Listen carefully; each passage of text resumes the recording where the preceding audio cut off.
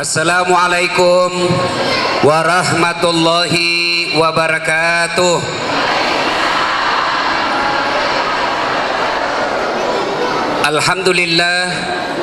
Alhamdulillahi rabbil alamin. Wa bihi nasta'inu ala umurid dunya waddin. Ashhadu an la ilaha illallah wa ashhadu anna Muhammadan abduhu wa rasuluh. Allahumma salli ala Sayyidina Muhammad wa ala alihi wa sahbihi ajma'in. Amma ba'd. Faqad qala Allah subhanahu wa ta'ala fi kitabil karim wa huwa asdaqul qailin. A'udzu billahi minasyaitonir rajim. Bismillahirrahmanirrahim. Ya ayyuhalladzina amanu dukhulu fis-silmi kaffatan wa la tattabi'u khutuwatis syaitan innahu lakum adu mubin. Wahai orang-orang yang beriman. Ibu-ibu orang beriman dak? Wahai orang-orang yang beriman, bapak-bapak beriman, masuklah engkau ke dalam Islam secara sempurna. Jangan Islam bohong-bohong, jangan Islam pencitraan, jangan Islam karena mau pilkada.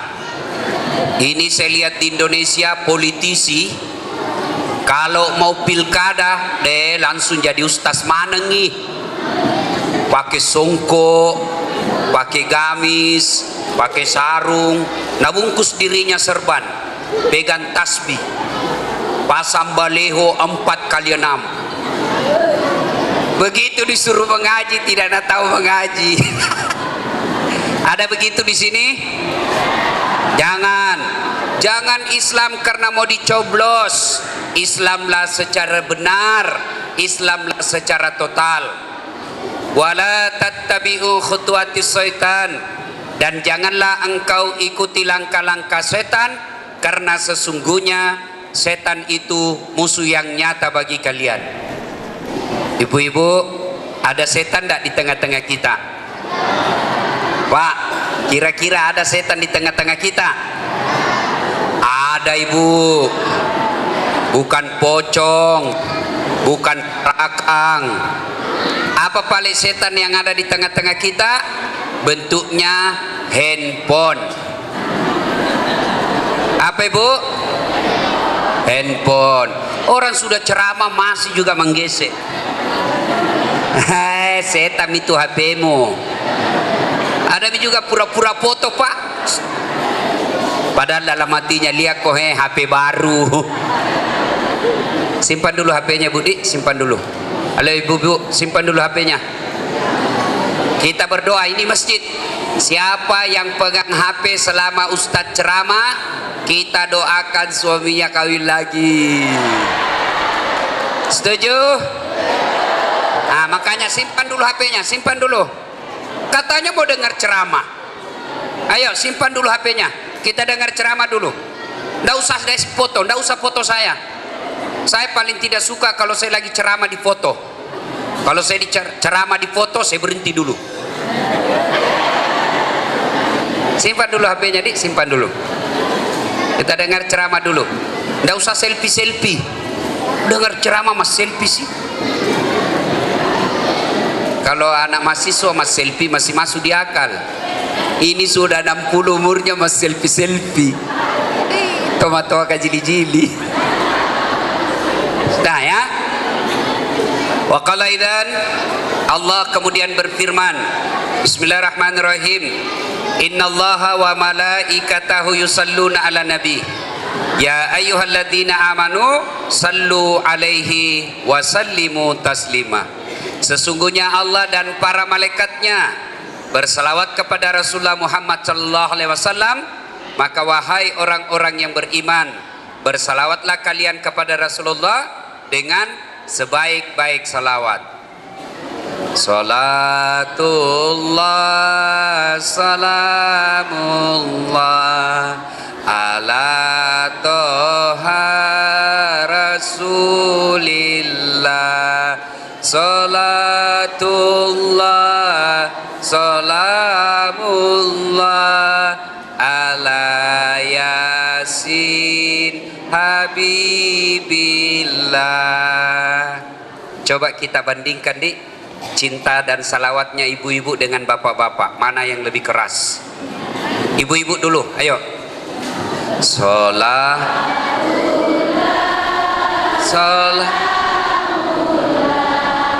ala toh Rasulillah tullah salamullah ala yasin habibillah. Nilainya 8,0. Coba bapak-bapak lagi, ayo bapak-bapak. Sholat lobet ala toha salatullah salamullah ala yasin habibillah. Nilainya 7,9.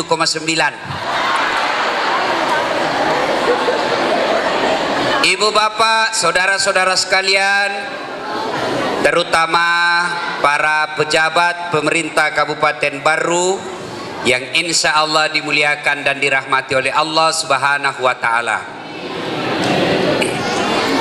Ketika Rasulullah Sallallahu Alaihi Wasallam mulai berdakwah secara terang-terangan,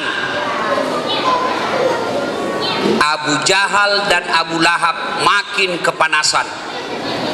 Ketika Nabi mulai dakwah secara terbuka, kafir-kafir Quraisy mulai benci sama Nabi.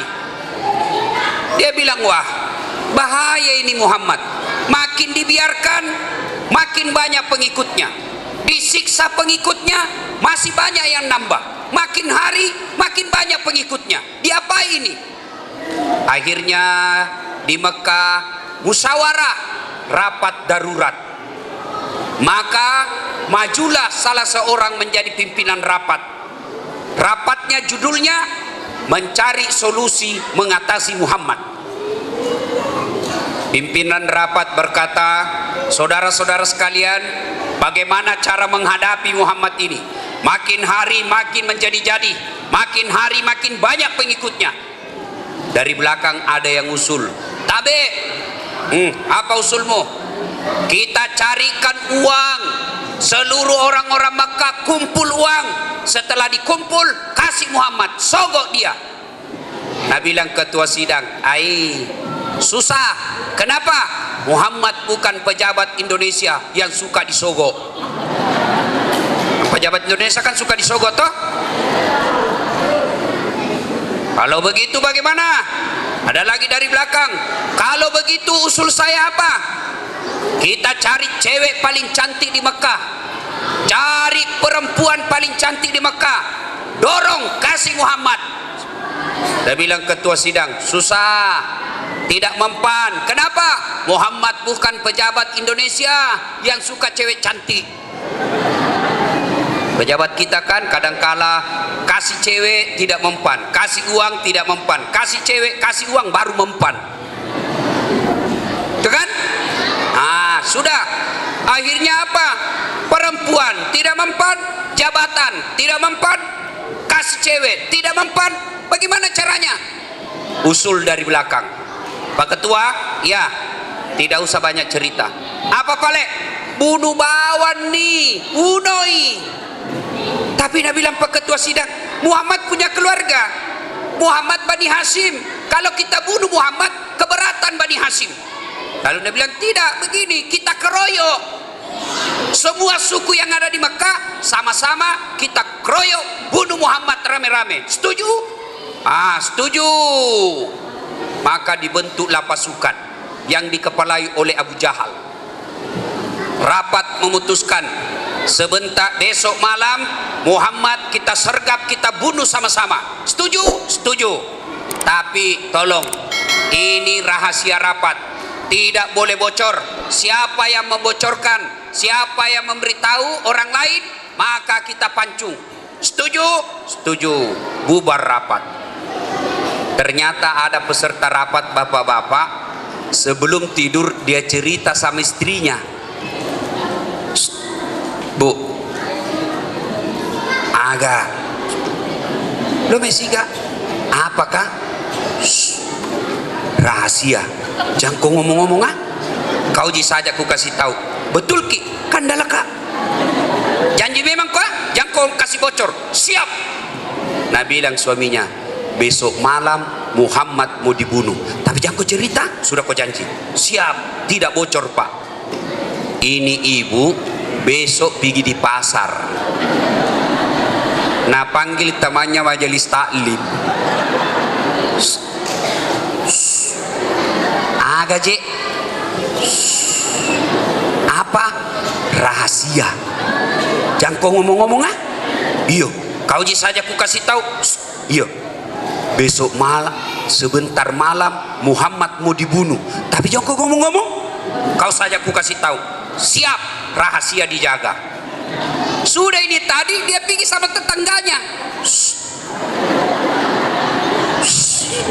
sini kok, jangan kau ngomong-ngomong ah, rahasia apa, sebentar malam Muhammad mau dibunuh, jangan kau ngomong-ngomong.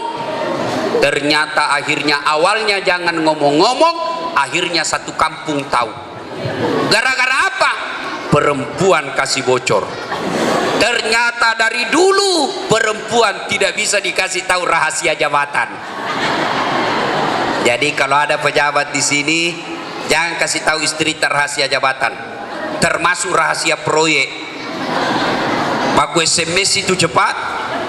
Biasa belum kita ditahu naik gaji tak, nak tahu itu ibu-ibu. Baku SMS, tukang gosip. Nah sudah, ternyata Muhammad pun tahu bahwa akan diserang beliau. Siapa yang beritahu? Jibril. Jibril telepon, Muhammad hati-hati, sebentar malam akan ada penyerangan. Mengerti? Siap, di copy, ganti korek. Sudah. Lalu dikepunglah rumahnya Nabi. Dikepung rumahnya Nabi.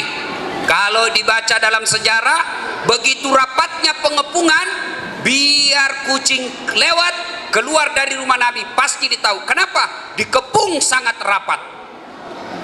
Biiznillah, dengan izin Allah, Nabi keluar tidak ada yang lihat. Seolah-olah semua yang jaga rumahnya Nabi ini dihipnotis. Tahu hipnotis? Terbuka matanya tapi tidak melihat. Allah perintahkan malaikat Jibril, Jibril suruh ke Muhammad baca ini ayat. Tahu ayat apa dia baca, Bu? Surah apa? Surah Yasin. Ayat apa bunyinya? Wa ja'alna min baini aydihim sadda wa min halfihim sadda fa aqsaynahum fahum la yubsirun. Di muka mereka, di belakang mereka, kanan kiri mereka kami pasangi dinding sehingga Muhammad keluar tidak ada yang lihat. Mesui Nabi tak degagatom mitai, padahal dikepung rumahnya. Seolah-olah Nabi keluar tidak ada yang melihat sama sekali. Inilah ayat dia baca mahasiswaku kalau ada razia polisi lalu lintas di jalan. Wih, si pingi, langsung nak baca ayatnya. Bismillahirrahmanirrahim. Wa ja'alna min, nah lihat itu polisi. Wa ja'alna min baini aydihim sadda. Maksudnya begitu lewat ditangkap. Dia datang sama saya, Ustaz bohong-bohong. Mana ada Ustaz bohong-bohong? Kenapa bilang kau bohong? Saya baca itu ayat Ustaz, ditangkap ja. Kenapa bisa? Saya tidak pakai helm. Saya bilang bukan ayat, salah, kau yang dongo. Pasti nak lihat kau polisi kalau tidak pakai kau helm. Nah ibu bapak saudara-saudara sekalian, keluar Nabi, Masya Allah, keluar Nabi, tidak ada satupun yang melihatnya. Begitu jauh Nabi, baru sadar Abu Jahal. Baru tersadar Abu Jahal, sergap, masuk rame-rame. Begitu masuk, bah, ternyata Muhammad sudah tidak ada di dalam. Siapa yang didapat? Ali bin Abi Thalib, sepupu satu kalinya Nabi. Waktu itu Ali bin Abi Thalib remaja. Kasih bangun, ditarik selimutnya. Aina Muhammad? Mana Muhammad? Mana Muhammad? Bangun cepat. Nabi bilang, Ali, saya juga tidak tahu. Orang enak tidurnya kupi ganggu. Menyamatin rotak usal mengganggu ki. Mana Muhammad? Saya juga tidak tahu. Marah Abu Lahab, Abu Jahal keluar. Dia pergi ke seputaran Makkah dan bikin sayembara. Tahu sayembara, Ibu? Undian. Apa pengumumannya? Ayuhan nas, wahai penduduk Makkah, siapa yang mendapati Muhammad dalam keadaan hidup atau mati, yang bisa temukan Muhammad, saya kasih hadiah 100 ekor onta betina hamil tidak ada suaminya. Tidak apa-apa tahu kalau onta hamil tidak ada suaminya. Masa pernah kita dengar onta dikasih nikah? Jadi kalau onta hamil tidak ada suaminya wajar, Ibu, namanya juga binatang. Tapi sekarang Pak, banyak ton cewek saingan sama onta, hamil tidak ada suaminya. Beleng-beleng. Nah, itu kalau 100 ekor onta Pak. Bu, kalau 100 ekor onta, kalau sekarang dirupiahkan kurang lebih 2,5 miliar. Seolah-olah Abu Jahal bilang begini, siapa yang dapat Muhammad, saya kasih kau hadiah 2,5 miliar. Maka penduduk Mekah yang benci sama Nabi berlomba-lomba mencari Nabi. Salah satu pencari jejak yang paling hebat pada saat itu di Mekah namanya Suraqah bin Malik. Suraqah bin Malik ini, Suraqah jago cari jejak. Dia hebat penciumannya Pak. Biar dia tidak lihat orang, nah tutup matanya, lewat dia tahu siapa yang lewat. Kenapa? Penciumannya tajam. Misalnya lewat, dia tutup matanya, lewat, Dasat Latif. Kenapa? Bau Rexona. Lewat lagi, Pak Camat. Kenapa? Bau minyak rambut Brix. Dia tahu, meskipun dia tidak lihat, dia tahu. Suraqah cari, dia pergi kejar Nabi. Walhasil dia dapat Nabi. Dia dapat Nabi sama Abu Bakar di atas kuda. Lalu Suraqah dekati Nabi dengan kudanya. Begitu dekat dengan Nabi, kudanya Suraqah standing. Tahu standing? Jumpingi. Nangka kaki depannya, jatuh Suraqah. Naik lagi di kudanya, dia ulang lagi, naik, kejar, jatuh lagi, naik lagi, kejar, jatuh lagi, sampai 3 kali. Akhirnya Suraqah bilang, bukan orang biasa ini pasti orang dilindungi. Akhirnya apa? Suraqah yang tadinya mau membunuh dan menangkap Nabi, dia batalkan niatnya dan berteriak, ya Abu Bakar, saya ingin sampaikan pengumuman. Apa? Itu temanmu, maksudnya Muhammad SAW, dicari-cari orang Mekah. Hadiahnya 100 ekor onta. Kau lari cepat. Ini ada bekalku. Bekal yang dibawa, kira-kira kalau kita burasa sama nasulikku. Ini burasaku, ambil bekal perjalananmu. Tadinya mau membunuh, malah dia kasih. Dia bilang, Abu Bakar, Suraqah, kalau kau betul mau menolong kami, tidak usah kau kasih saya itu bekalmu. Lalu apa? Tolong lindungi kami supaya tidak didapat orang yang cari kami. Peko caramu supaya dia runtuh kita we. Oke, baiklah kalau begitu. Pergilah Suraqah. Datang orang Mekah yang cari Nabi. Ketemu sama Suraqah. Lalu berkata Suraqah, tidak usah lewat sini. Saya sudah lewat sini, tidak ada Muhammad. Kau cari jalan yang lain. Akhirnya Nabi selamat dan tidak didapat sama mereka yang mencari Nabi. Lalu Nabi sembunyi di Gua Zur. Itu Gua Zur Pak, saya baru-baru di sana minggu lalu. Saya dari sana baru pulang umroh. Itu Gua Zur, kalau orang berdiri di depannya begini, pasti kelihatan orang yang sembunyi di dalam. Nabi bersembunyi bersama Abu Bakar, berdua di dalamnya. Begitu Nabi sembunyi, datang itu Abu Jahal beserta tentaranya, ngintip ke dalam. Abu Bakar cemas, Abu Bakar takut. Berkata Abu Bakar, kalau bahasa kita mati maki. Tidak apa maki ini Muhammad, mati nih, runtuh nih. Tapi Nabi membesarkan harapan Abu Bakar. Nabi berkata, Abu Bakar, la tahzan. Abu Bakar, jangan kau cemas. Innallaha ma'ana. Allah bersama dengan kita. Ajakmu tahu, ajakmu tahu. Pung Allah Ta'ala si bawa ki esoe. Jangan takut, Allah bersama kita. Akhirnya turun pertolongan Allah. Apa yang Allah kirim untuk menolong Nabi? Burung ababil? Bukan. Malaikat? Bukan. Lalu apa yang Allah kirim untuk menolong Nabi? Laba-laba. Tahu laba-laba? Tahu laba-laba? Bahasa Belandanya garangkang. Bahasa anak sekolahnya spider. Bukan Spiderman. Ini spider laba-laba. Dia bikin sarang di mulut gua. Dia bikin sarang di mulut gua. Tahu mulut gua, Ibu? Lobang di gunung. Itu nama mulut gua. Ada biasa kita lihat tuh, lobang-lobang di gunung. Itu namanya gua. Nah, ini sarang laba-laba dia buat. Laba-laba mak buai sarang. Pernah lihat sarang laba-laba, Pak? Ibu-ibu pernah lihat sarang laba-laba? Coba lihat itu sarang laba-laba. Ambil sendok, simpan di atasnya. Bagaimana itu sarang laba-laba? Robek, koyak, hancur. Sarang laba-laba yang begitu rapuh, sarang laba-laba yang begitu kecil kekuatannya, biiznillah, dengan izin Allah mampu mengalahkan tentara-tentara khasnya, jago-jagonya Abu Jahal. Sarang laba-laba yang begitu rapuh bisa mengalahkan orang hebat berkelahi. Nah, bilang Abu Jahal, tidak mungkin ada Muhammad di dalam. Kalau ada Muhammad pasti koyak, pasti robek ini sarang laba-laba. Mengintip lagi Abu Jahal, terbang burung merpati. Tahu burung merpati?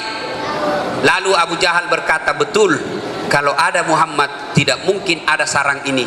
Ada di burung merpati mengeram di dalam. Pergi Abu Jahal, Abu Lahab. Nah, ketika pergi Abu Jahal dan Abu Lahab beserta tentaranya, Nabi bersembunyi dalam gua itu 3 hari 3 malam. Capek Nabi, Pak. Matekoi Nabi Pak. Lalu Nabi baring di pahanya Abu Bakar. Nabi baring di pahanya Abu Bakar. Begitu enaknya tidurnya Nabi, pulas sekali tidurnya Nabi. Kedengaran napasnya Nabi keluar dari hidungnya. Itu ya, keluar dari hidung, bukan keluar dari mulut. Kalau keluar dari mulut namanya ngorok.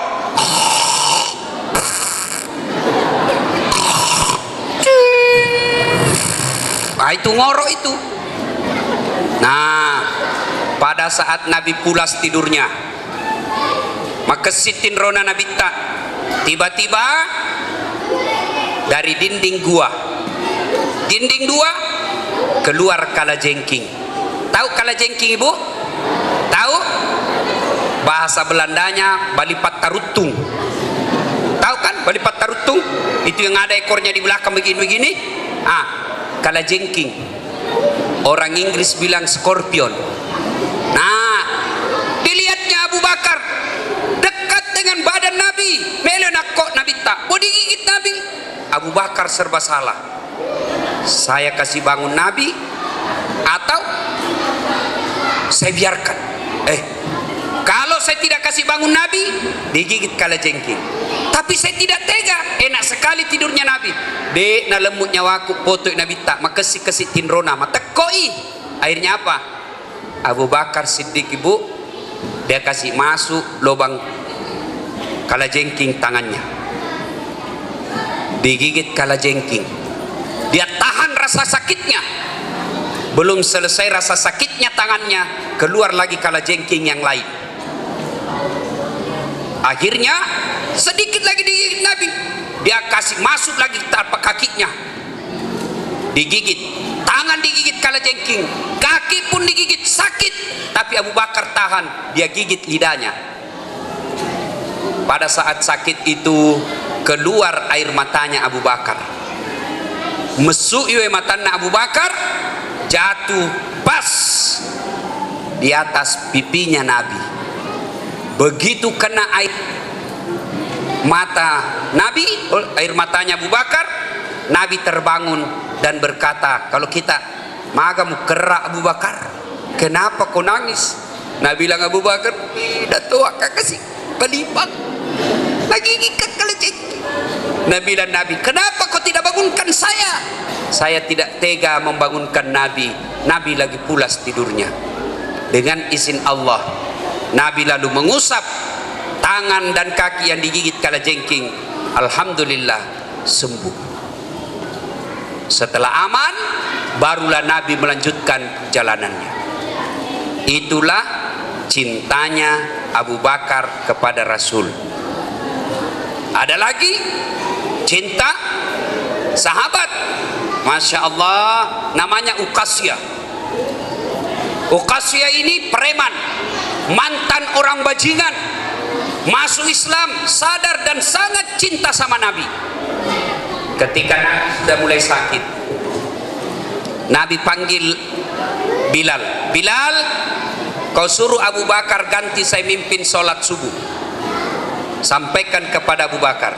Abu Bakar, kata Nabi, gantikan Nabi imam sholat subuh. Tapi Abu Bakar berkata, selama masih ada Nabi di tengah-tengah kita, saya tidak berani mengganti beliau. Akhirnya apa? Nabi kemudian pergi mimpin sholat subuh. Selesai sholat subuh, Nabi menyampaikan pidato. Dia kumpul seluruh teman. Pidato Nabi. Saudara-saudara sekalian, ada yang pernah saya sakiti, berpuluh-puluh tahun sudah kita sama berdakwah, barangkali ada yang pernah saya sakiti. Tolong sebelum saya meninggal dunia, sebelum terlambat, lebih baik membalas hari ini. Balas nih, siapa yang pernah saya sakiti? Suasana hening. Tidak ada satupun yang ngomong. Abu Bakar menangis dan berkata dalam hati, "Ai, Nabi tak malasa dan memberikan pengumuman seperti ini. Berarti sebentar lagi Nabi meninggalkan kita." Akhirnya dalam keheningan itu dia angkat tangan seorang pemuda tinggi besar, itulah Uqasyah. Dia berkata, "Ya Rasulullah, saya pernah Anda sakiti. Saya tidak tahu apakah ini salah, apa ini utang atau tidak." Apa? Ketika perang Uhud, saya di belakang tak, Nabi pakai kuda, Nabi cambuk kudanya, saya dikena. Saya tidak tahu ini utang atau tidak. Nabi berkata, "Oh, itu utang. Maju kok. Sini balas." Nabi perintahkan kepada Bilal, "Bilal, kau ambil cambukku di rumah, minta sama Fatimah." Bilal berkata, "Fatimah, bapakmu Rasulullah minta cambuknya." Fatimah berkata, ada apa gerangan bapak saya minta cambuk?" Kata Bilal, "Uqasyah minta kisas, minta balas dendam, ingin mencambuk Nabi karena pernah ada lakukan pada saat perang." Fatimah sedih dan berkata, "Bapakku lagi sakit, malah asa kasih ambokku, na melok bopo makabala, masih mau membalas. Kalau Uqasyah mau membalas, balas cambuk saya anaknya Nabi, sama kalau dia cambuk Nabi." Tapi Bilal berkata, "Nabi pesan urusan dosa tidak boleh diwakili." Pergilah Bilal, sampaikan kepada Nabi itu cambuk. "Ini ya Rasul." Nabi ambil. Lalu Uqasyah maju. Majulah Uqasyah. Nih, ambil cambuk, maju. Begitu maju, ditahan sama Umar bin Khattab. "Hei Uqasyah, sayalah dulu orang yang paling memusuhi Nabi. Saya pernah ingin membunuh Nabi. Waktu itu belum Islam. Saya pernah ingin mencelakai Nabi. Tapi setelah saya masuk Islam, tidak boleh ada yang mencederai Nabi. Tidak boleh ada yang memelukai Nabi. Kalau gatal tanganmu mau cambuk, cambuk saya kau cambuk biar sampai mati." Nabi berkata, "Ya Umar bin Khattab, saya terima niat baikmu, tapi dosa tidak bisa diwakili. Duduk kau Umar." Duduk Umar. Maju Abu Bakar. "Ya Uqasyah, Sayalah orang yang paling mencintai Nabi. Saya orang pertama yang mengimani Nabi. Ketika tidak ada orang yang percaya Nabi, sayalah orang pertama yang percaya kepada Nabi. Hidupku saya persembahkan untuk Nabi. Kalau kau ingin cambuk, jangan Nabi kau cambuk, saya kau cambuk. Nabi berkata, Abu Bakar, saya terima niat baikmu, Allah sudah mencatatnya, tapi dosa tidak boleh diwakili. Ini urusan saya dengan Uqasyah. Duduk Abu Bakar. Maju, ditahan lagi sama Ali. Ya Uqasyah, saya sepupu satu kalinya Nabi. Kalau kau ingin cambuk, cambuk saya. Darah dagingnya sama dengan saya, cambuk saya. Nabi berkata, Ali, tidak boleh diwakili. Duduk kau. Duduk Ali. Maju yang terakhir cucunya Nabi, Hasan Husain. Dia pegang tangannya Uqasyah. Satu pegang tangan kanan, satu pegang tangan kiri. Lalu Hasan Husain berkata, ya pamanku Uqasyah, kasih amureku, ajakmu cambuk kakekku. Jangan kau cambuk kakek saya. Kakek saya lagi sakit. Kau ingin balas dendam. Kalau tanganmu gatal mau cambuk, cambuk saya, kasihan. Cambuk kami cucunya. Kau cambuk saya, sama kau cambuk nabiku. Sama kau cambuk kakek saya. Jangan kakekku yang kau cambuk, saya yang kau cambuk. Nabi menetes air matanya dan berkata, cucunda, cucuku, ini dosa tidak boleh diwakilkan. Maju Uqasyah, naik. Tapi waktu itu Nabi di atas mimbar. Uqasyah berkata, ya Rasulullah, waktu anda cambuk saya dekat sekali dengan anda, saya tidak bisa naik, tolong turun. Turun deh ya Rasul. Turun Nabi dari mimbar. Makin jengkel sahabat, kurang ngajar ini Uqasyah ini. Ya Rasul, dekatlah dengan saya. Lalu Uqasyah berkata, ya Rasulullah, waktu anda cambuk saya, waktu anda cambuk saya saat itu tidak pakai baju. Supaya adil, buka baju ya Rasul. Nabi buka baju dan berkata, cepatlah kau Uqasyah, jangan berlama-lama, saya takut nanti Allah marah sama kamu. Marah sama sahabat, tambah kurang ngajar ini Uqasyah. Maju Uqasyah.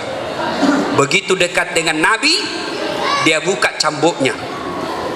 Cambuknya yang dipegang tadi dia buang, lalu lari. Dia peluk badannya Nabi, dia cium dada Nabi sekeras-keras, nangis. Lalu berkata, maafkan saya ya Rasulullah, tadi itu cerita cuma cerita bohong-bohong.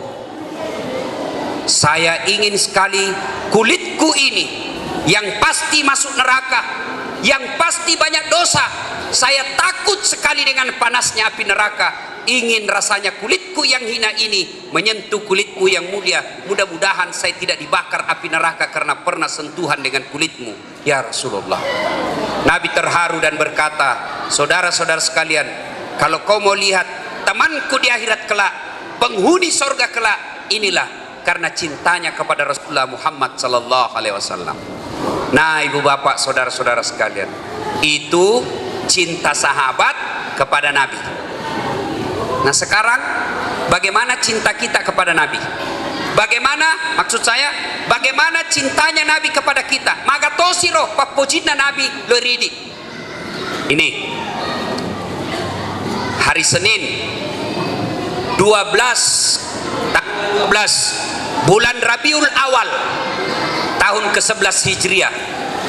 Malasai Nabi tak sakit Nabi, lalu Allah perintah kepada Jibril, Jibril, kau panggil 3 malaikat, Israil, Israfil, Mikail, turun kau, turun, jemput nyawanya Muhammad.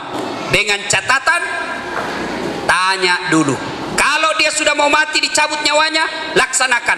Kalau tidak mau, tunda sampai dia mau.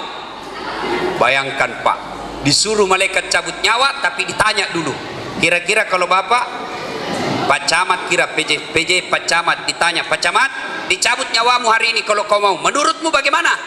Saya tahu jawabannya Pak Camat, tunggu dulu, orang belum jadi kepala dinas. Turun 4 malaikat, Jibril, Mikail, Israil, Israfil. Di langit ke-7 masih berempat, 6, 5, 4 masih berempat. Langit ketiga 2 masih berempat.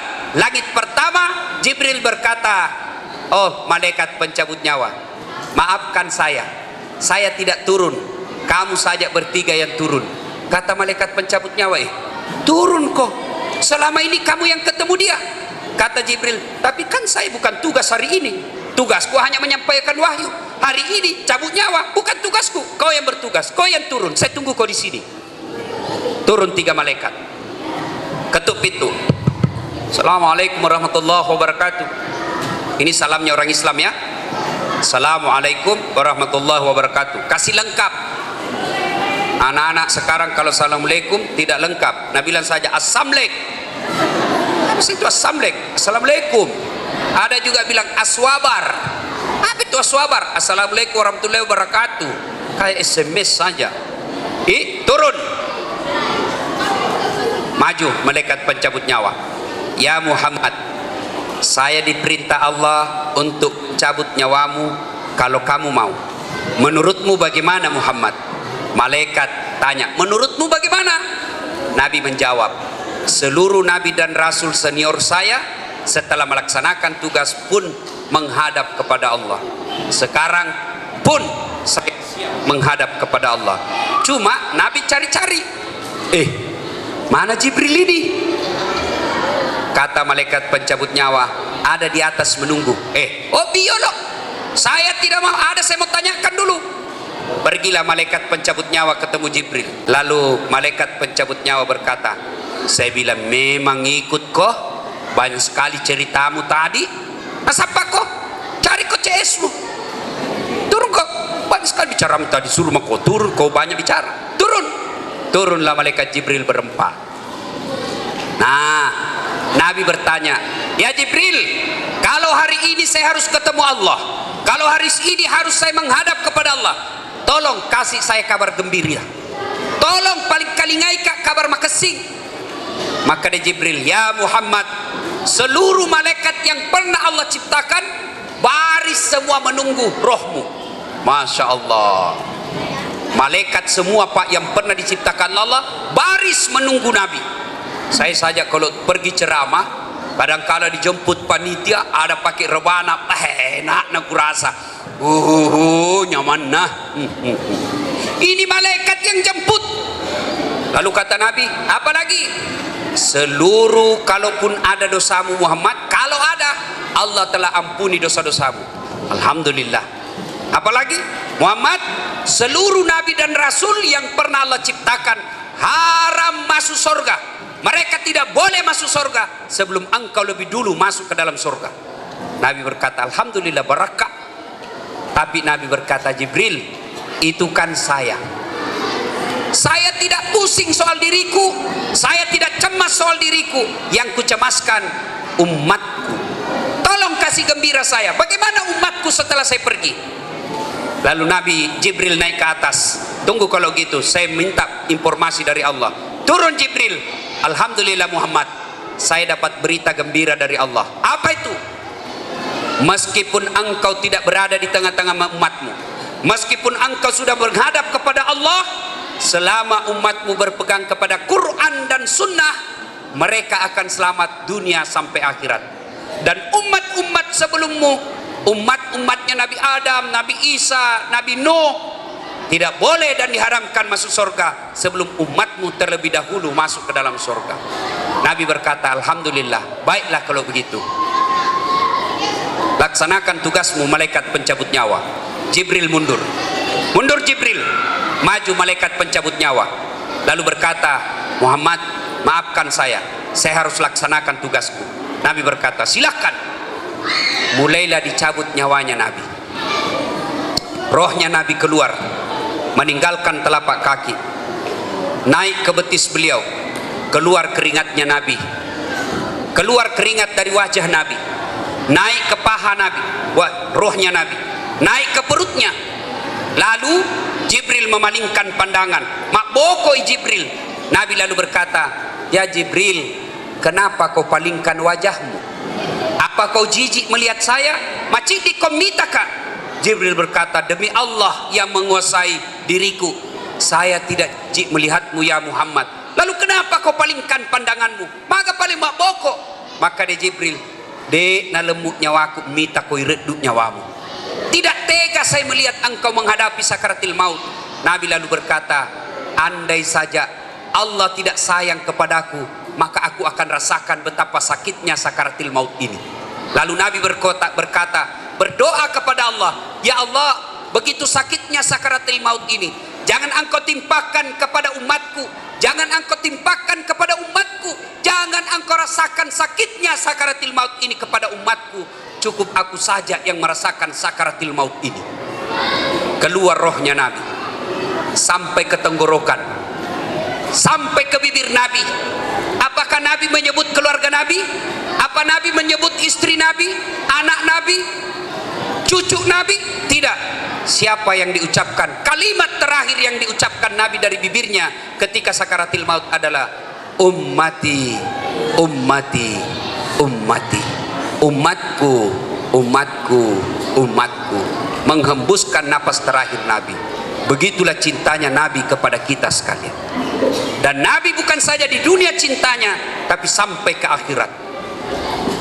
Ketika hari kebangkitan, malaikat peniup terompet, meniup terompetnya yang kedua kalinya, yang bermakna seluruh orang yang sudah meninggal, makhluk yang pernah hidup dibangkitkan kembali. Manusia pertama yang bangkit adalah Rasulullah Muhammad sallallahu alaihi wasallam.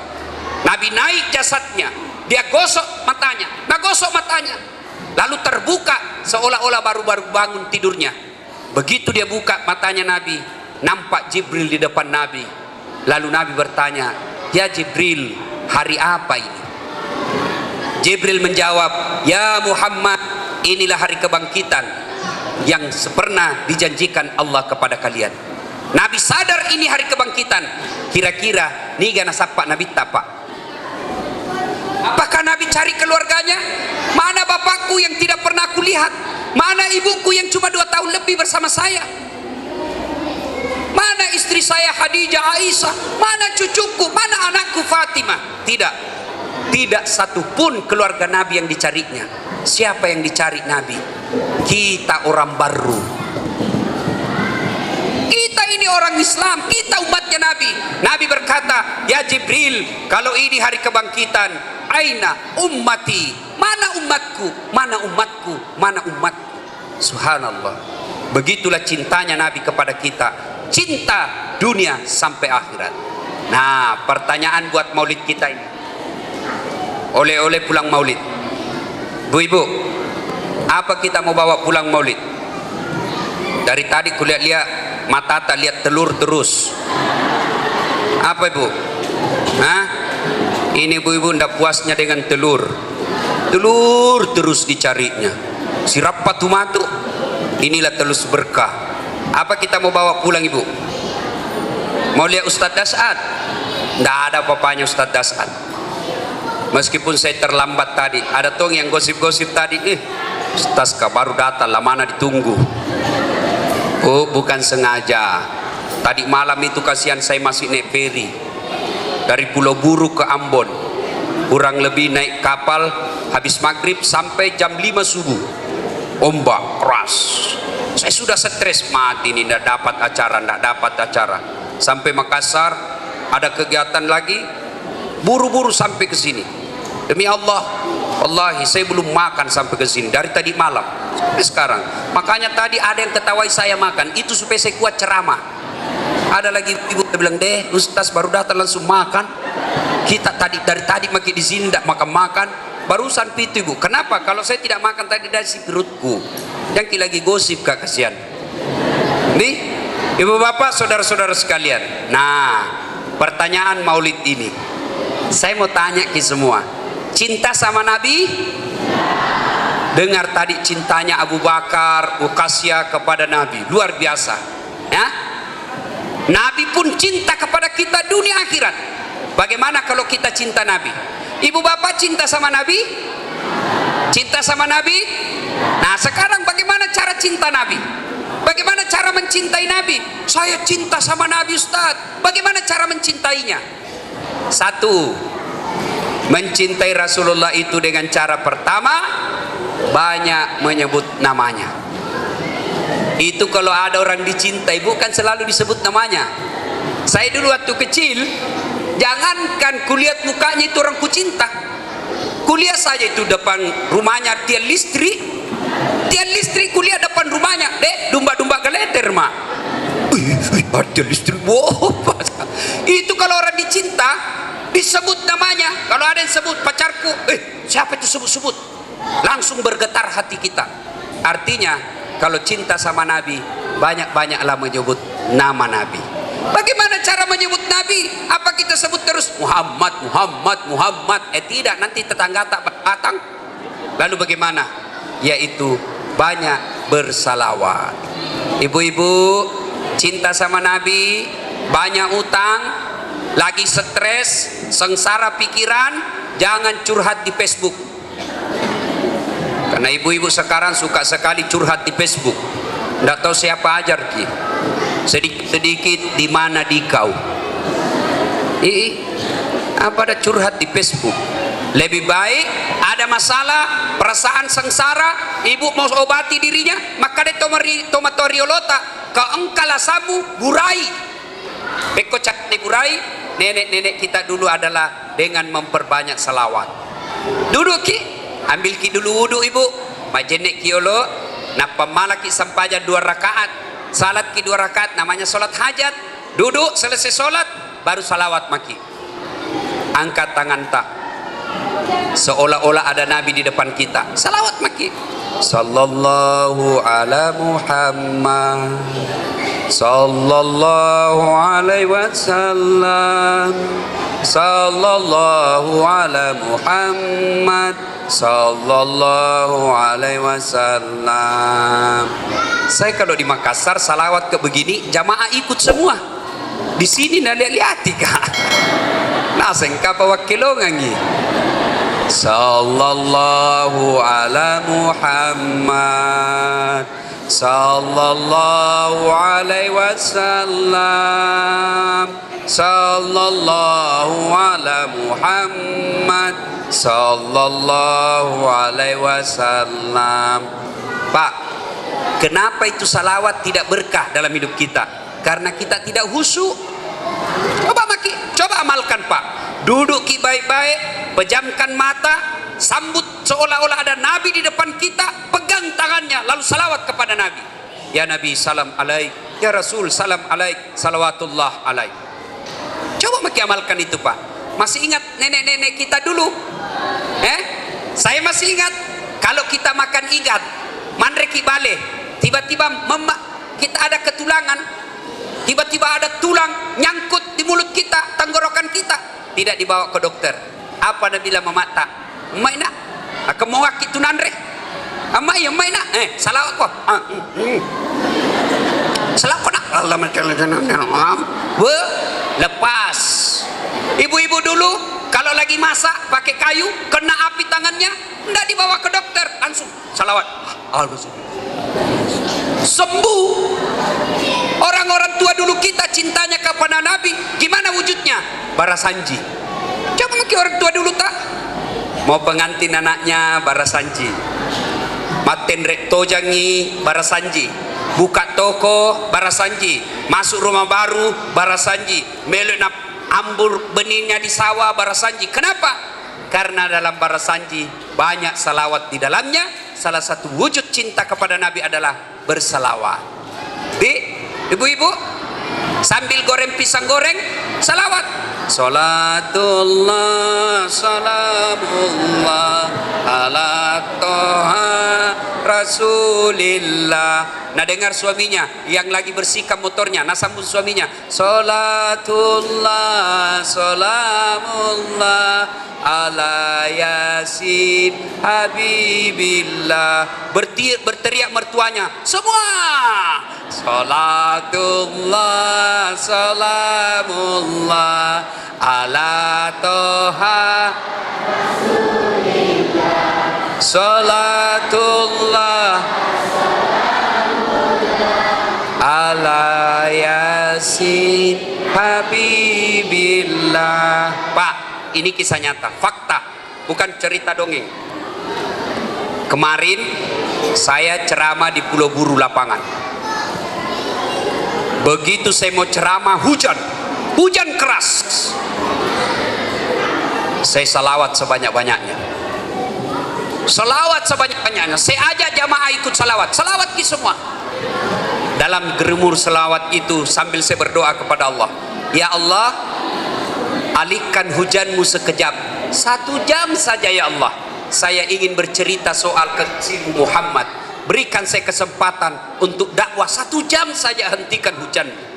Dengan izin Allah Pak, biiznillah, sembuh dan berhenti itu hujan. Kejadian juga pernah saya alami ketika saya khutbah Idul Kurban di Endreka, lapangan Batili. Sebelum khutbah Idul Kurban hujan keras sekali. Sudah mau dipindahkan dari lapangan pindah ke masjid. Tapi saya bilang, kasih saya waktu untuk doa. Saya berdoa, lalu saya salawat sebanyak-banyaknya. Salawat sebanyak-banyaknya. Biiznillah Pak, dengan izin Allah berhenti hujan Pak. Berhenti hujan. Nanti hujan kembali setelah bubar semua jamaah, baru turun hujan keras. Coba Pak, amalkan itu. Pak Camat mau pergi sosialisasi, salawat gitu. Ibu-ibu mau memasak, salawat dulu. Insyaallah berkat tuh. Nah, inilah wujud kalau cinta kepada Nabi. Yang pertama, banyak-banyak bersalawat. Yang kedua, kalau cinta kepada Nabi, gimana caranya Ustaz? Pelihara warisannya. Apa warisannya Nabi? Rumah? Bukan. Kerajaan? Bukan. Emas? Tidak ada. Lalu apa warisan Nabi? Al ulama'u warisatul anbiya. Ulama adalah pewaris para nabi. Artinya, kalau cinta kepada Nabi, pelihara dan muliakan ulama. Tapi sekarang di Indonesia bagaimana perlakuan kita kepada ulama? Baru zaman sekarang ulama dikejar-kejar kalau mau ceramah. Zaman sekarang lah ulama kadangkala dilarang dakwah, bahkan dituduh anarkis dan anti Pancasila.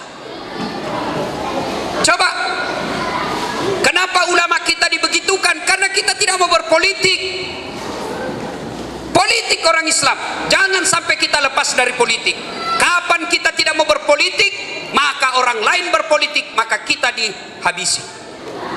Islam tidak melarang politik, silahkan kita berpolitik. Coba lihat sekarang Pak, politik kita. Kalau mau pilkada, mau pilkup, mau pilpres, pura-pura jadi orang baik, masuk got-got, nganggap orang, dipoto, gendong anak kecil, dipoto, fakir miskin dia santuni, sudah dipilih, nah bohongi ki lagi. Demi Allah, nanti Pak, saya selalu bilang sama jamaah, silakan politisi, silakan partai percitraan, silakan lakukan apa bodoh-bodohi masyarakat. Tapi Pak, demi Allah, Bapak punya hak untuk membalas mereka. Gimana cara balasnya? Jangan pilih ketika pencoblosan. Biar dia tikungan kiri kanan, akrobat kiri kanan, pencitraan kiri kanan, Bapak punya hak. Suaranya Bapak, meskipun Bapak tidak punya sekolah, hanya tamatan SD Ibu, tidak tahu bahkan membaca, sama suaranya ibu rumah tangga dengan profesor yang ada di kampus. Jadi mau dipandang enteng. Gimana caranya? Jangan pilih orang yang suka nipu kita. Itu baru caranya. Nah, ibu bapak saudara-saudara sekalian, bagaimana perlakuan kita sama ulama? Itu dari bidang politik. Tapi kalau kita cinta sama ulama, Bu, cinta sama ulama, ada rezeki kita, panggil itu imam, Bu Kate, Bu Bilala, datang di rumah tak, potongkan ayam, pandai makesi-kesi. Tapi kita kalau camat, bupati, kepala dinas mau pergi rumah tak, wah langsung ganti gorden, potong ayam, cet pagar. Sekali napu imam mau datang, dia ndak na jemput, ojek na kiringan. 2 jam pu imam barasanji di rumahnya, mak busa-busa kali pakna, sallallahu ala Muhammad, sallallahu alaihi. 2 jam busa-busa kali pak kepanasan, ndak ada kipas. Begitu mau pulang, 20.000 nak kasih. Nah bonyok-bonyok itu Kenapa mujam-mujam bui? Nah bukan uang korupsi nih. Saya itu biasa kalau dikasih kupukul tangannya. Kenapa kau jamu-jamu? Nah, uang halal ini, saya bukan mencuri. Kasih biar sedikit, kasih amplop, perlu kasih maaf, hormati ulama. Bayangkan 2 jam na doakan ki, na barat kaki balak bolata supaya anak tak jadi anak yang soleh. Busa-busa kalepat na kodo datang dibawakan ki barakah. Pulang 20.000. Nah bilang suaminya, kenapa 20 jiko kasih? Kasihan 2 jam itu na tinggalkan sawahnya. Apa na bilang istrinya? Tambah di situ jalan kota yang 4. La ilaha illallah. Bagaimana anak-anak mau sekolah agama? Iya. Iya, Bu. Kenapa kita ketawa, Ibu? Bayangkan diri sendiri. Nah, kita ini kasihan kita ini sering disiksa sama jamaah. Terutama kalau selesai lebaran. Patena igana tu ibaca. Naleni si dibaki. Tapi Ustaz, bacangi doa nenekku. Sudah neneknya nak bilang nenekna nenekku. 2 baki nih. Sudah itu nak bilang nenekna nenekku. 3 baki nih. Terakhir nak bilang tapi Ustaz posi bola. Coba batena nasisa pui makasih. Yang ketawa saya serius ini. Mudah-mudahan selesai maulid ini mari muliakan ulama. Ya. Coba lihat bagaimana anak-anak sekolah. Dia lihat, Pu Imang 2 jam pisang jina bawa sokok minatiwi. Coba itu Nabi bilang tawa anak gaul 1 jam lompat-lompat di panggung dapat motor. Ya, supaya anak kita mau sekolah agama. Ya. Nah, yang ketiga ini yang penting.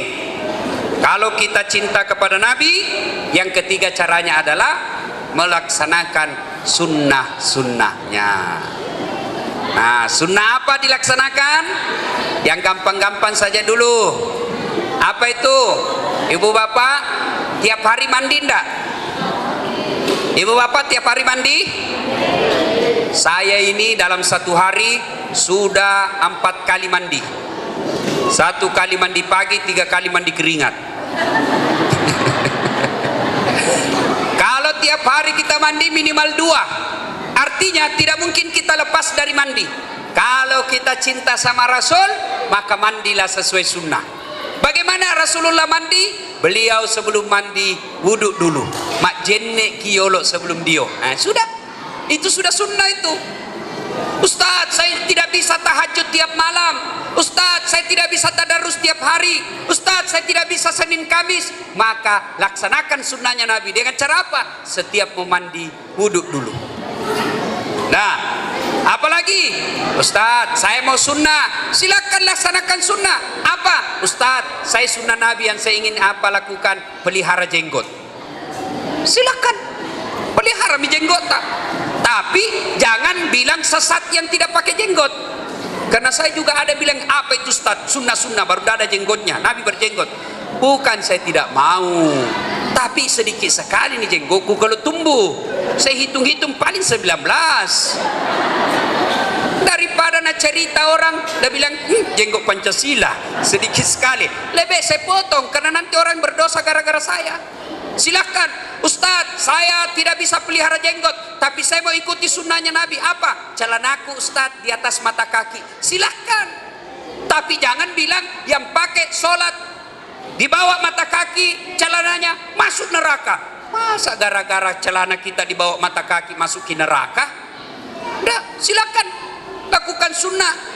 Nah, mau Ustaz, saya mau sunnah paling kusuka Ustaz. Apa? Poligami. Nah, ini paling suka bapak-bapak ini. Ustaz, ada bapak-bapak 2 istrinya, Bu. Saya tanya, kenapa kawin lagi? Nah, 2 mina bilang sunnah Rasul 4. Oh iya tahu, masih akalan cocoy. Sekalinya sembahyang sunnah cepat sekali. Allahu Akbar, Allahu Akbar, Allahu Akbar. Pak, kenapa cepat sekali? Nabi itu kalau sholat sampai bengkak betisnya. Apa Nabi bilang? Itu kan Nabi. Saya manusia biasa Ustaz, bukan Nabi. Kalau istrinya Nabi, sunnah Rasul. Sekalinya sembahyang, itu kan Nabi. Pak, ini bapak-bapak yang selalu mau sunnah ini. Bapak tahu enggak berapa istrinya Nabi kah? Ibu-ibu, berapa istrinya Nabi? Ya makin malu-malu. Berapa Ibu? Berapa? Berapa Ibu? 11 ibu. Tapi Pak, dari 11 istri Nabi itu satu saja yang gadis, yang lain janda-janda tua. Jadi kalau mau ki sunnah Pak, cari maki janda-janda yang urut 70 tahun. Kadang sudah bilang jamaahku, apa janda Ustaz 70 tahun batok namami diurus.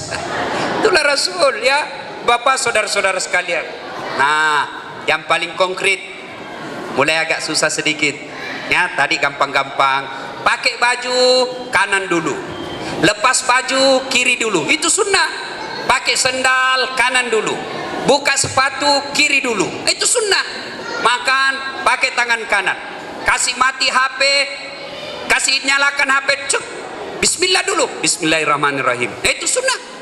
Kasih mati lagi HP, sudah mati. Alhamdulillahirabbil alamin. Sudah, itu sunnah. Nah, mulai agak berat-berat sedikit. Apa? Sholat jamaah. Saya lihat dan dengar informasi di sini masjid ramai jamaah Pak. Alhamdulillah. Apalagi kalau subuh, penuh ini masjid. Sampai di luar, tidak ada di dalam. Ini masjid kalau subuh Pak, toa mana milih nak kasih yang sudah pensiun, yang 70 tahun, sembahyang subuh lomba batuk orang di dalam.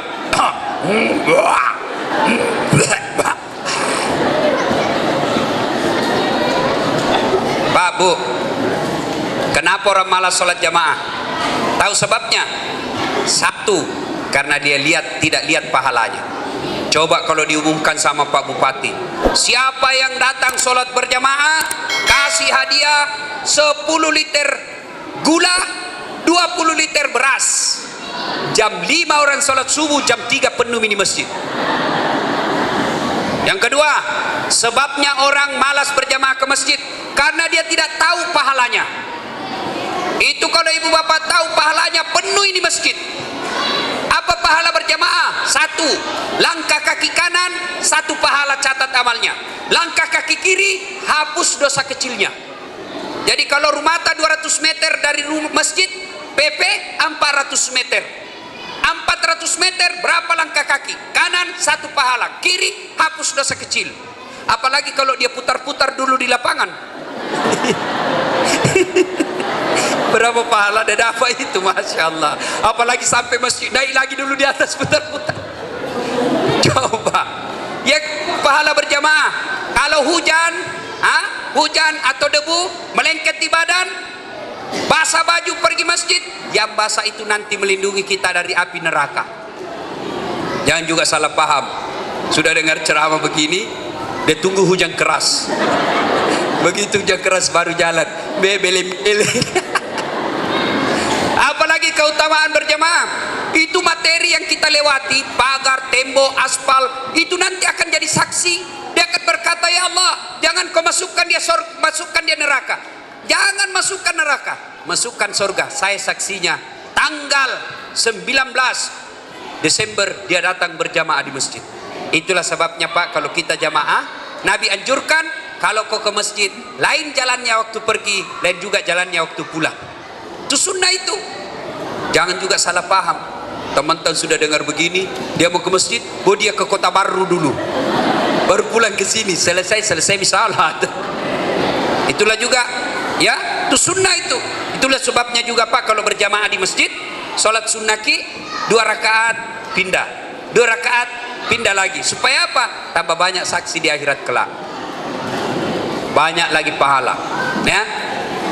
Yang ketiga yang paling terkenal, pahala berjamaah lipat 27 kali.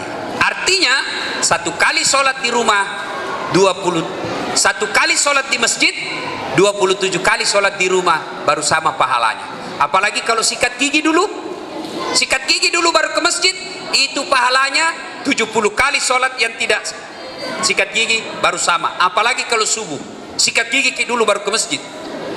Jika menguap orang mengharap, wah. Nah, apalagi kadangkala yang membuat orang malas datang ke masjid, manajemen masjid tidak bagus. Masjidnya, karpetnya Sudah 7 kali lebaran tidak pernah diganti. Begitu kisah sujud, sangin teh cicak didapat, penuh pasir jidat. Kadangkala juga imam yang suka sunnah-sunnah dia balik. Nabi jelaskan kalau kau jadi imam kasih ringkas solatmu, baca bacaan yang umumnya orang hafal. Ini tidak, sekalinya jadi imam apa nak baca? Surah Al-Maidah ayat 1 sampai 51. Selesai solat ditanya anak muda, enak solat di masjid? Apa enak? Ampun ma ustaz. Kenapa kau ampun? Dia bilang itu imamnya surah Yasin nak bagi 2. Masih sek jamaah kasih. Apalagi kalau ada bapak-bapak remati di belakang. Paling setengah mati itu orang tua kodong yang sudah remati. Hendrik sih kasih. Nah pendek na ulas sih malah pebacana. Nasi sana kasih tomat-toai. Ada juga anak muda yang sekali kentut, nah tahan. Itulah sebabnya Nabi anjurkan kalau jadi imam baca yang umumnya orang hafal dan ringkaskan bacaanmu. Nah ibu bapak yang saya muliakan, apalagi sunnah kalau kita cinta sama Nabi. Ibu bapak cinta sama Nabi, terutama bapak-bapak cinta sama Nabi, betul? Saya tanya Ki, pernah ndak hadis atau buku atau penceramah kita dengar Nabi Muhammad sallallahu alaihi wasallam merokok? Pernah? Pernah ada kita baca riwayat Nabi sambil dengar dakwah, sambil menunggu sahabat merokok 2 batang? Pernah ndak? Pernah Pak? Artinya paling ringan nih. Kalau bapak cinta dan ingin melaksanakan sunnah yang merokok, berhentilah merokok mulai hari ini. Setuju ibu? Setuju? Dengar jeritan hati para ibu-ibu. Tidak mau kasihan kalau suaminya merokok. Pak, saya kadang ditanya, Ustadz, kenapa doaku tidak dikabulkan? Saya tanya, Pak, salah satu sebab kadang doa tidak dikabulkan karena bapak terlalu banyak bikin dosa.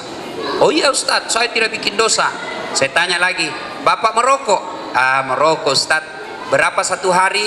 1 bungkus Ustadz. Berapa isinya 1 bungkus? 12 batang Ustadz. Berarti 12 kali bapak bikin dosa 1 hari. Kenapa bisa Ustadz? Rokok hukumnya haram. Masa Ustadz? Cari fatwa ulama Timur Tengah, mana ada yang mengatakan rokok makruh? Tidak ada. Yang ada mengatakan rokok makruh hanya sedikit sekali ulama Indonesia, sedikit sekali. Itu pun saya lihat yang mengatakan makruh karena dia juga merokok. Bu, Pak, mulai hari ini berhenti merokok, Dik. Yang ketawa, saya serius ini. Itu biasa. Ibu pernah lihat orang merokok? Biasa saya lihat itu orang merokok, Pak, kayak orang kurang kerjaan. Itu saja nak kerja begini. Itu saja, isap buang, isap buang, sambil melamun, isap buang, isap buang. Sekali-kali tuh ku bilang isap kunyai.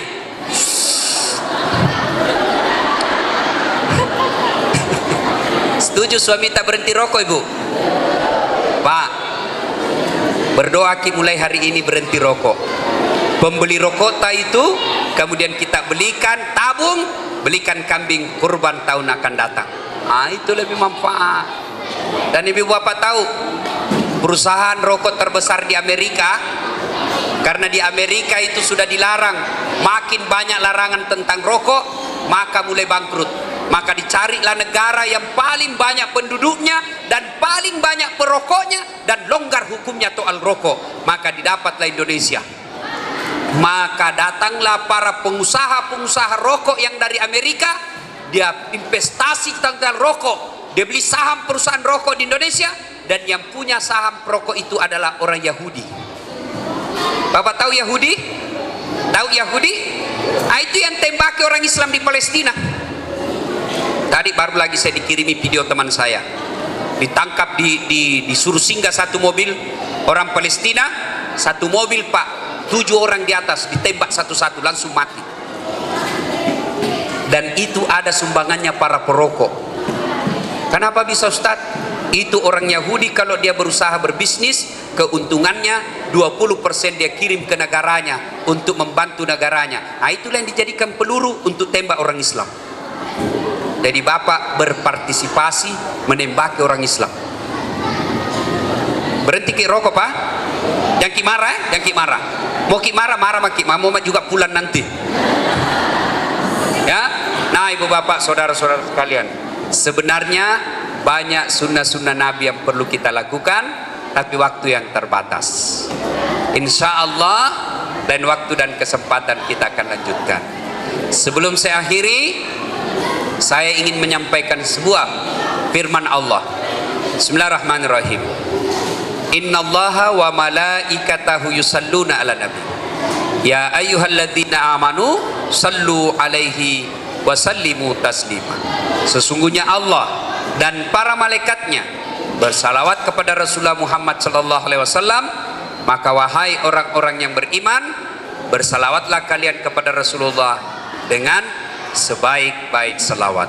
Mudah-mudahan ada manfaat. Terima kasih. Sebelum kita akhiri, mari kita berdoa kepada Allah Subhanahu wa taala. Kita awali dengan mengirimkan suratul Fatihah kepada Rasulullah Muhammad sallallahu alaihi wasallam.